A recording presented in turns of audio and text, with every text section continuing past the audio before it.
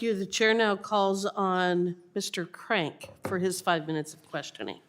Thank you, Madam Chair. I appreciate it.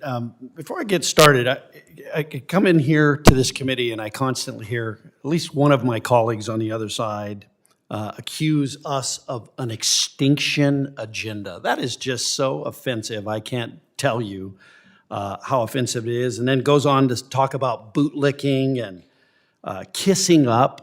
Well, there's a lot of bootlicking and kissing up goes on to environmental groups. I see that every day, every time I come to this committee, and I just wanted to say that. I'm proud to be an original co-sponsor of my colleagues, Representative Boebert and Representative Tiffany's bill to delist the gray wolf from the Endangered Species Act. But the truth is, Congress shouldn't have to be legislating on removing species from the endangered species list. As the testimony today reflects, we should have a transparent federal process that temporarily lists species as endangered or threatened, and then once recovered, goals are met, delists the species and returns management to the states. That's the way the process ought to work. Wolves, the introduction of wolves, and I won't even say the reintroduction because we never had Canadian wolves introduced ever in Colorado before, but that has been a disaster for the state of Colorado. Ranchers are losing cattle, they're losing sheep. Our elk populations will diminish over time as more and more wolves are introduced. And this was all done by a ballot measure, voted on by the citizens of Denver and Boulder to introduce wolves into places that aren't Boulder and Denver. They introduced it into communities on the western slope. Now, if we're going to talk about historic range, wouldn't we want to put them in downtown Denver and Boulder? I guess we don't want to do that. So this is a sad state. Under the current madness, do we want to delist? Do we want to continue to delist until we have, or we won't delist until we have them roaming downtown Denver and Boulder? Probably not. This delisting of species is almost impossible today because of radical environmentalists twisting the ESA process to lock up lands from energy development or agricultural uses. Let's just be honest, what's happening?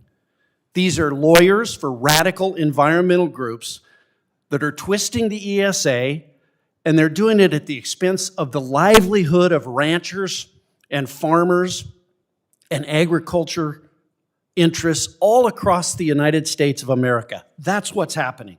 So let's just be honest about that.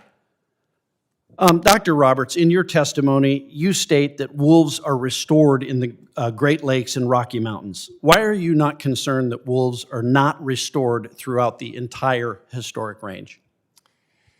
Well, I don't think that is necessary to consider a species restored. The wolves that we have in those regions and other regions is a sufficient enough population to ensure that they're not going to go extinct. And the purview, again, of the Endangered Species Act is to protect a species from extinction.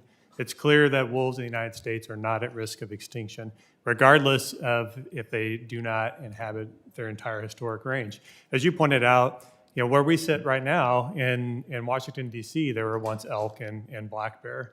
They're not going to be here again. In some areas, we're just not going to have some species ever again. Yeah, and I would imagine there'll be some attorney somewhere who will file a lawsuit and continue to use the ESA as a weapon against rural Americans until there are elk roaming the streets of Washington, D.C. I mean, that's the insanity of this process that we have right now. We've got to fix this process. And Madam Chair, you can correct me on this because it's your home state of Wyoming. I was told that since the introduction of wolves into Yellowstone, that the moose population in Wyoming is down 80%. Now, I don't know if you agree with that or not.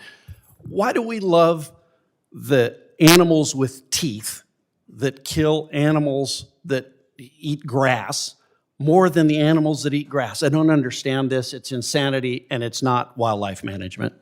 I'd yield back. Thank you. Madam Chair, I'd like to ask unanimous consent to enter into the record a letter from over 65 organizations opposing H.R. 1897 and H.R. 845. So ordered. The chair now recognizes Mr. Soto for 5 minutes of questioning.